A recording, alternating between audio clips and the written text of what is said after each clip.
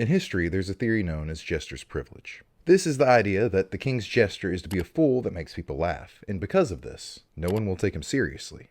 But with this lack of respect, the jester gains a power few had at this time. The power of criticism. Jesters were some of the only people who could openly question, criticize, or even mock a king back in the day. Now, thankfully, in today's modern world, the average man can laugh at our leaders as we please.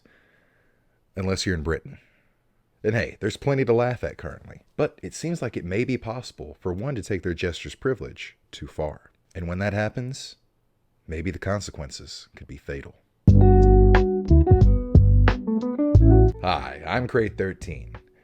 Bonjour, Israeli de Ying Yang Li.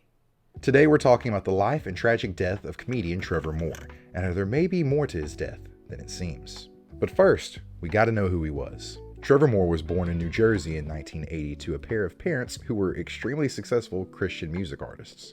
Due to his parents' success, they had multiple tours where they were traveling all over the country, and due to this, Trevor Moore grew up going to many different schools over his life.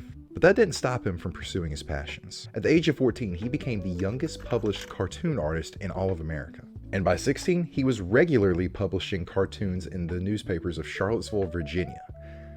Not to be confused with another famous cartoonist from Charlottesville, Virginia.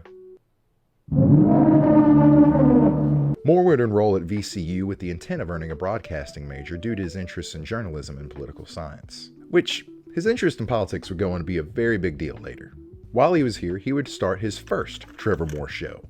It was here he got his first dabbles in comedy, launching his first ever skits, which this show would only last for 16 episodes before it was canceled due to offensive material. Now, I couldn't find exactly what he said to get his show canceled, but for it to be the late 90s and for his show to be taken off the air, I imagine it had to be a little rough. But in 2002, he would get to intern at Saturday Night Live and work directly underneath Lorne Michaels, who he credits with giving him his comedic education. After leaving his internship, he would leave what I'm sure all of us know him for, founding the comedy troupe, the Whitest Kids U Know. They took Manhattan comedy clubs by storm, and soon they were given their own show of the same name that would run from 2007 until 2011. They would have 5 seasons and over 60 episodes airing on the Fuse channel. Now, this is where theories around his death begin to emerge. On WKUK, Moore made many political sketches. By 2007, the war in Iraq was extremely unpopular, and Moore would echo this in his skits. In one skit, he made a satire that the US government was admitting that there is extraterrestrial life in bears on the moon, to ignore the press from the fact that they were invading Iran that day, which 20 years later has aged like absolute fine wine. In other skits, Moore could be seen explaining to a group of classroom children that a certain September date was actually known about by the US government, and they even helped demolish the buildings. What does that look like? A missile. His comedy was extremely edgy. You see, President Bush was in a secret society at Yale called the Skull and Bones. His dad was too, and they all worship Satan. He also made a very famous skit where he basically just threatened the President of the United States. I want to kill the President of the United States of America. Claims the CIA killed President Kennedy over a kitten musical. Another skit where in order to get media success, he would have to talk with the Illuminati about joining them, worshipping Baal, having blackmail filmed with him and a child, and agreeing if he ever double-crossed him that they could kill him and make it look like a suicide. Again, all aging insanely well at this point. Moore was one of the first people to publicly make claims about the government and the powers that be like this on air, and not be some fringe conspiracy theorist like Alex Jones. Serious crap! And many people in power would naturally find this disturbing. But after WKU came to an end in 2011, his popularity began to fade. He would do smaller projects on the Disney Channel and smaller stand-up specials. But he would have a resurgence in 2019 with the launching of The Trevor Moore Show. Again, this was a talk show on Comedy Central where he would do standard talk show things. However, this was cut short in 2020 due to a massive global event that happened that I'm not allowed to talk about on YouTube that made us all stay home. Trevor, now located in California, could no longer go to his studio. So he launched the Trevor Moore Quarantine Show, where he and his dog would make many people smile during a very dark point in their lives. But with this, he reconnected with his old Whitest Kids U Know crew, and they would do live streams together 15 years after their original run. And it was here they introduced themselves to a whole new audience. I'll be honest, this is how I originally found them. It led to a revival in their popularity, and Trevor was becoming very successful on YouTube again. And with this, Trevor would revert back to his roots of political and societal humor. And in 2020, there was a lot to poke fun at. One of which was the theory that the global event in 2020 was actually a kill switch caused by the Big E when he was killed in his cell in August of 2019. The theory is that Einstein was really into scientific research, which is verifiable by looking at his emails and what he was asking his scientists who were under his payroll to do. I'm serious.